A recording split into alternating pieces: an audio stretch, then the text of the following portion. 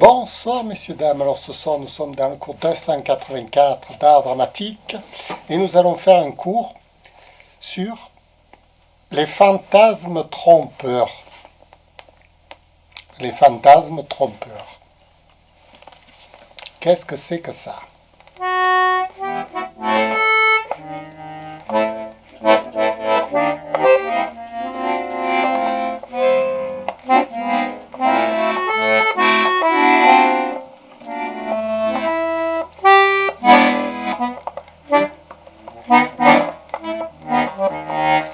Alors, les fantasmes trompeurs, c'est une histoire un peu étrange.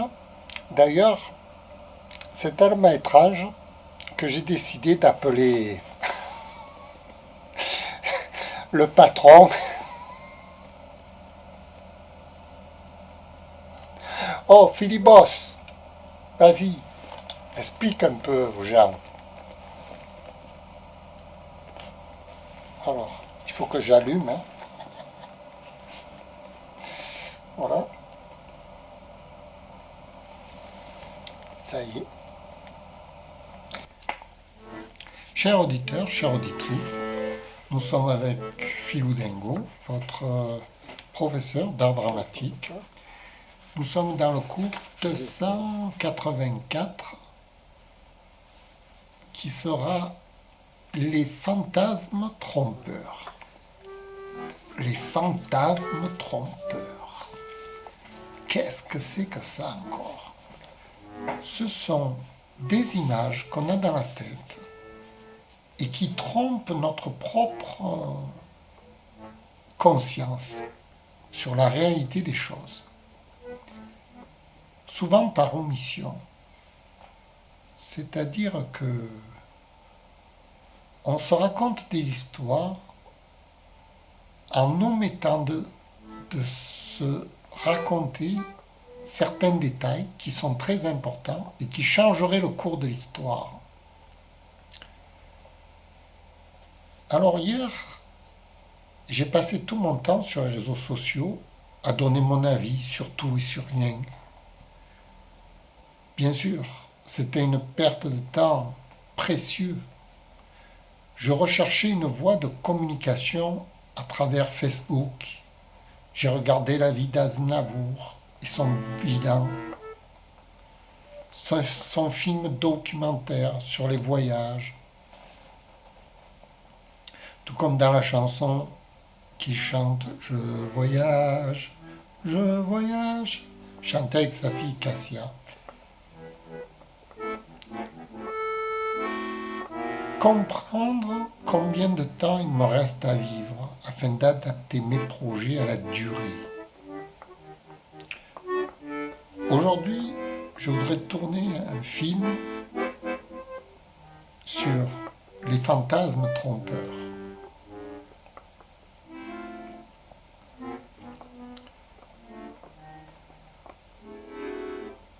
Artistiquement,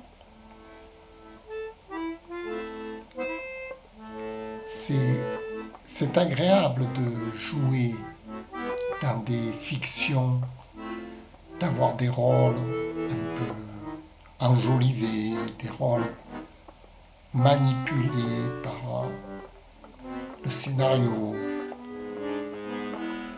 Ça ne reste que de la télévision.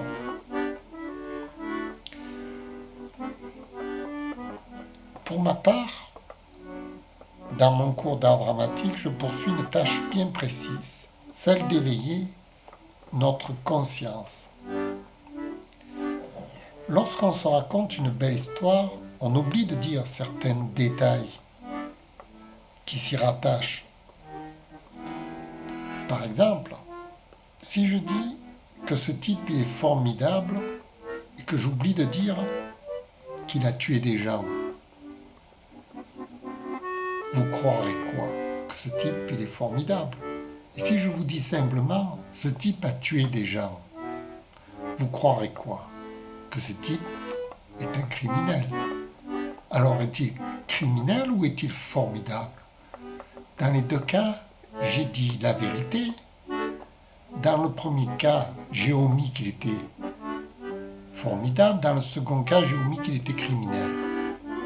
Donc, par omission, une simple vérité peut vous conduire à croire n'importe quoi. Et c'est ce qui se passe à la télévision. Quand vous entendez quelqu'un parler, il ne dit pas toute la vérité. Il ment sur certaines choses. C'est pas qu'il ment. Il ne ment pas, il dit la vérité de ce qu'il dit, mais cette vérité n'est pas complète. Donc, c'est un mensonge. Tout comme dans l'exemple précédent. Quand je disais ce type il est formidable, j'ai oublié de vous dire qu'il a tué des gens. Vous pensez qu'il est formidable. Si je vous dis ce type c'est un criminel, vous pensez tout de suite que c'est pas un type formidable. Et pourtant, je pourrais ajouter c'est un type formidable. Est-ce que vous voyez par omission où on peut conduire la pensée? Donc, si nous masquons une partie de la réalité, l'œuvre de quelqu'un peut paraître magnifique et le conteur qui raconte sa vie embellit le récit en oubliant de dire ou d'expliquer les détails. Il masque la vérité dans une sorte de mystère incompréhensible. Son récit expose seulement le résultat final sans dire comment il y est parvenu. Le résultat peut être sublime et on ne pourrait qu'admirer. Mais le résultat n'explique pas tout. Faut-il épater la galerie pour faire oublier la noirceur qui se cache derrière?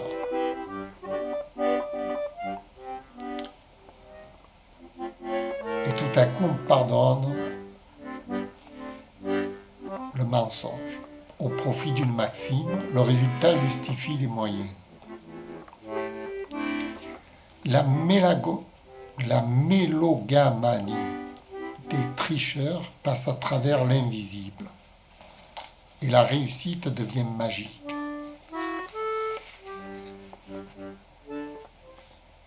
C'est l'œuvre sublime d'un vrai faussaire, en quelque sorte. En quoi est-ce gênant, vous allez me dire? Mais en rien, sauf qu'elle ne servira pas son auteur. Pourquoi? Je vais vous le dire. Parce que celui-ci n'éprouvera aucune joie ni fierté à mentir en permanence. Il se perdra dans une hypocrisie constante qui le rendra addict à ce monde virtuel qu'il s'est construit et il devra se justifier en permanence en répétant son forfait autant de fois qu'il le pourra ne sachant pas vivre autrement. Il devient récidiviste en série, croyant vivre au gré d'une adrénaline forte qui le booste et le rend dépendant de sa libido. Il ne sait plus comment s'en sortir. Et fuir ce cercle infernal, cet engrenage, cet esclavagisme, car finalement, il devient esclave de sa propre vie. Hier encore, Aznavour nous conseillait d'écrire inlassablement. C'est pourquoi je me suis acheté ce cahier, et cette plume pour écrire ces paroles, et peut-être ce sketch, qui sait. Peut-être sera-t-il comique. Et puis, je me demande combien de temps il me reste à vivre. C'est angoissant tout de même. Je tourne cette vidéo avec Philo Dingo dans son cours numéro 284 qui s'intitule « Les fantasmes trompeurs ». Je vous ai donné quelques exemples pour vous expliquer que ce que vous entendez à la télévision, ce n'est que la partie nord, la face cachée du personnage qui vous parle. Et que vous ne pourrez jamais voir la face sud, celle qu'il vous cache.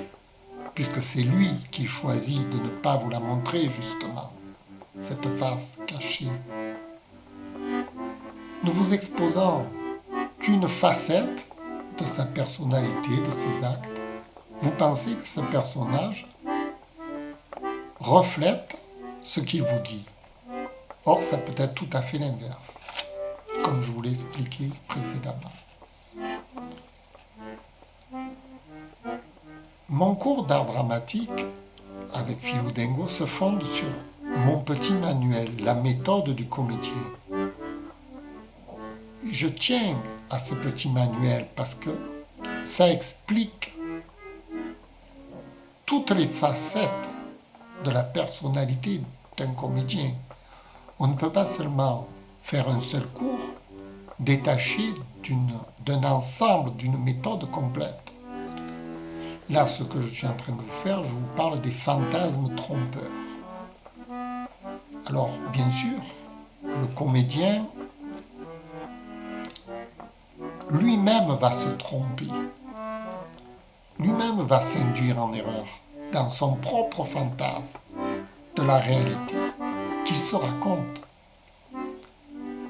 Et il va vous affirmer, dur comme fer, que c'est la vérité, ce qu'il dit. Or, ça n'a rien de véridique. Alors, si tout ce qu'on dit peut être sujet à débat, à mensonge, à fausseté, que faut-il retenir ?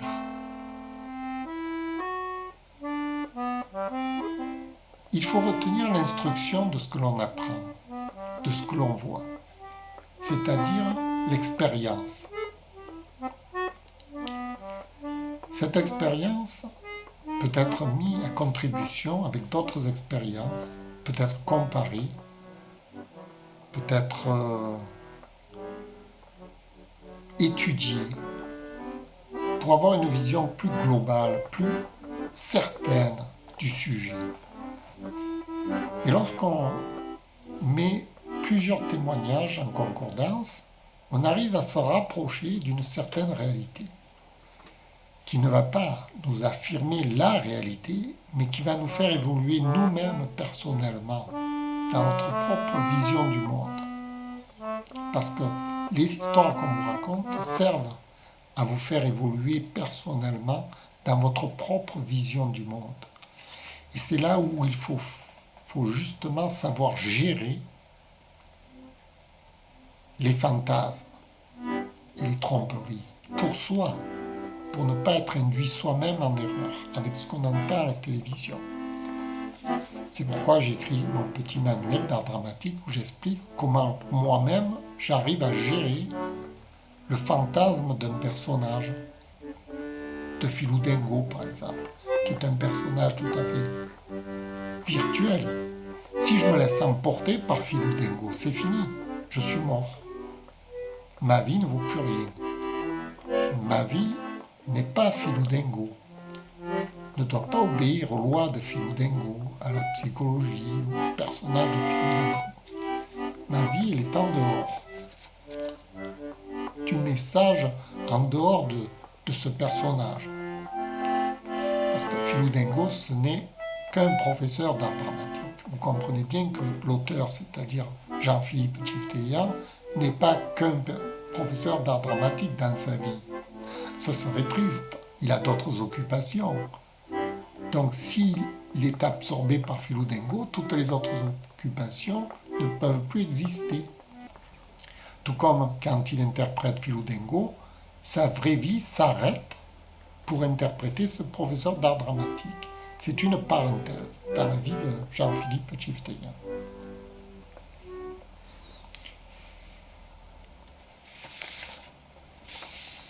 Alors,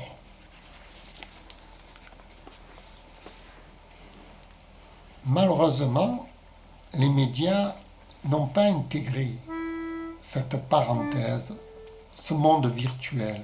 Lorsqu'ils vous présentent quelque chose à la télévision, affirment haut et fort que c'est la vérité. Ce personnage dit la vérité, l'autre dit la vérité, chacun dit leur vérité. C'est vrai, mais leur vérité ne correspond pas à la réalité des faits.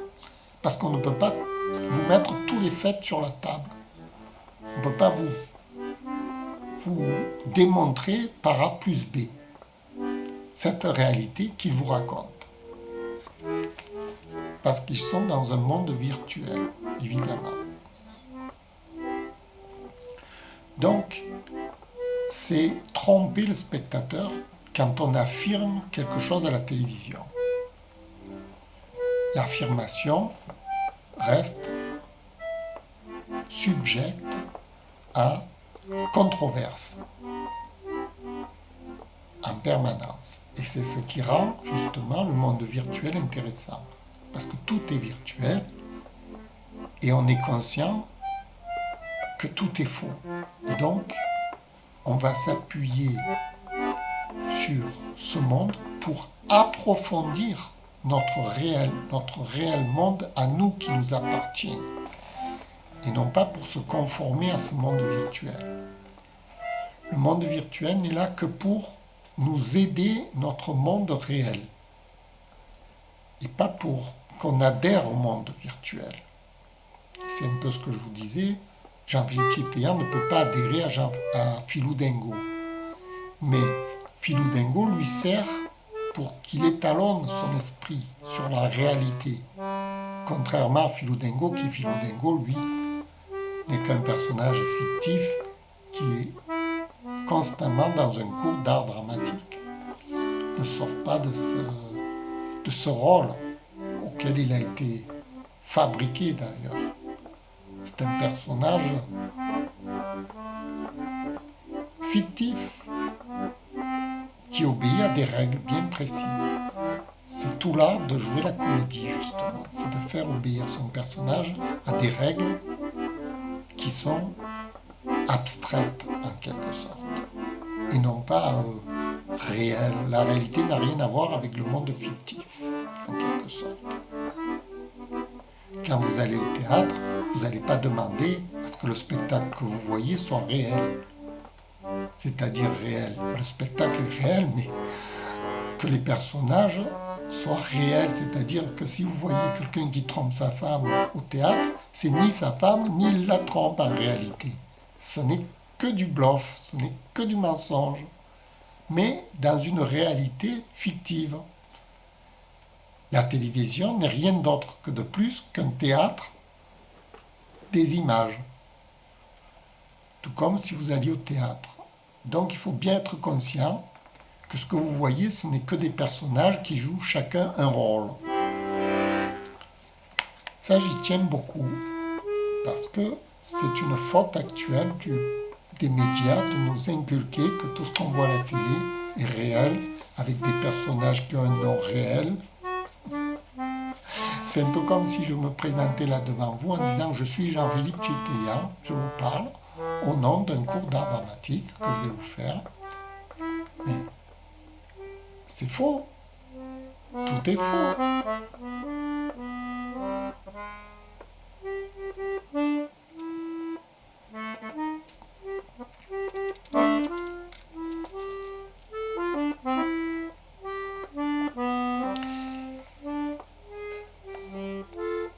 Puisque Jean-Philippe Chifteyan, vous ne pouvez pas ni lui toucher, ni lui parler, ni peut vous répondre.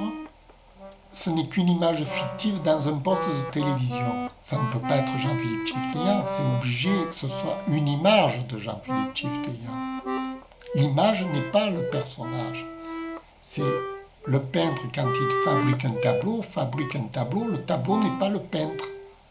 Le peintre a fabriqué le tableau. Jean-Philippe Chifteyan fabrique ce film, fabrique cette voix que vous entendez. Mais la voix que vous entendez n'est pas Philippe Chifteyan. La voix que vous entendez n'est que la fabrication de Jean-Philippe Chifteyan. Et je ne m'en cache pas, Philou Dengo, l'auteur de Philou Dengo, c'est Jean-Philippe Chifteyan. Ça, je ne me cache pas derrière ça. Je n'ai pas inventé ce prénom de Philou Dengo pour cacher l'auteur. Au contraire, l'auteur est fier. L'auteur aimerait dire qu'il est Jean-Philippe Chifteyan devant tout le monde. Ça lui ferait une publicité monstrueuse pour lui. Mais il n'a pas le droit.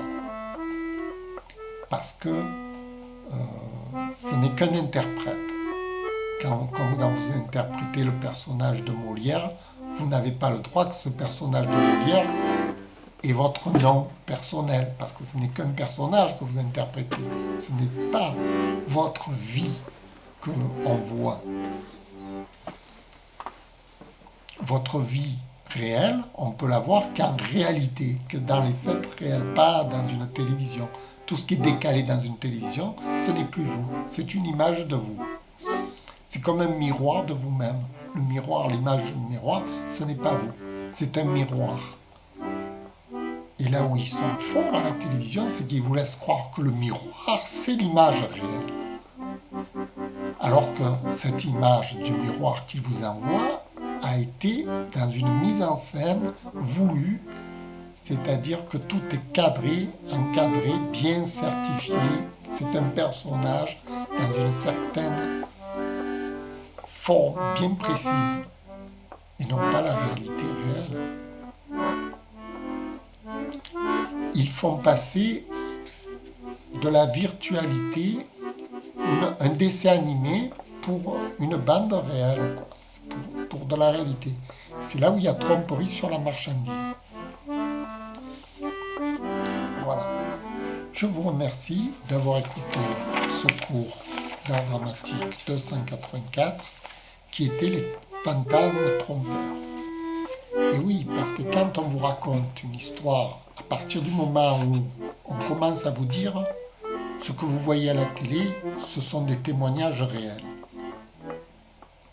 À partir du moment où on vous entraîne dans une histoire qu'on vous raconte à la télévision, automatiquement, vous allez commencer à imaginer cette histoire dans votre esprit, vous allez en faire une espèce de récit, d'imagerie. Et cette image que vous vous inculquez ne correspond pas à la réalité. Ça devient un fantasme trompeur. Parce que la réalité réelle n'est pas du tout celle qu'on vous présente dans des images formatées. Puisqu'on oublie de vous dire beaucoup de choses. Par exemple, non, je ne vais pas donner des exemples qu'on donne à la télé. Mais enfin, vous avez compris que par oubli de certaines choses, si par exemple on dit qu'un type il est formidable, vous allez dire il est formidable, formidable. Et si on oublie de vous dire que ça a été un bourreau, un tyran, et qu'il a torturé des milliers de personnes, on a oublié de vous dire l'essentiel, enfin un fait réel qui s'est passé dans la réalité. Vous allez croire quoi? À la réalité? À la réalité? À la réalité ou alors à ce qu'on vous a dit qu'il était formidable?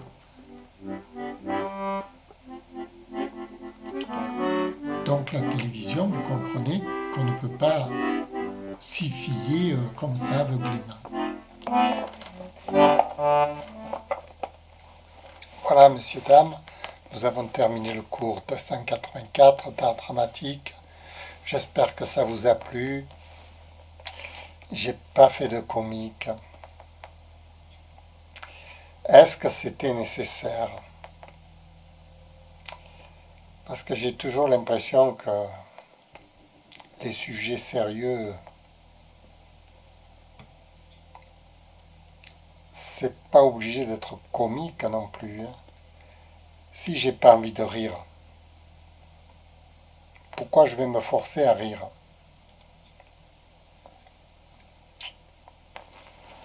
Voilà.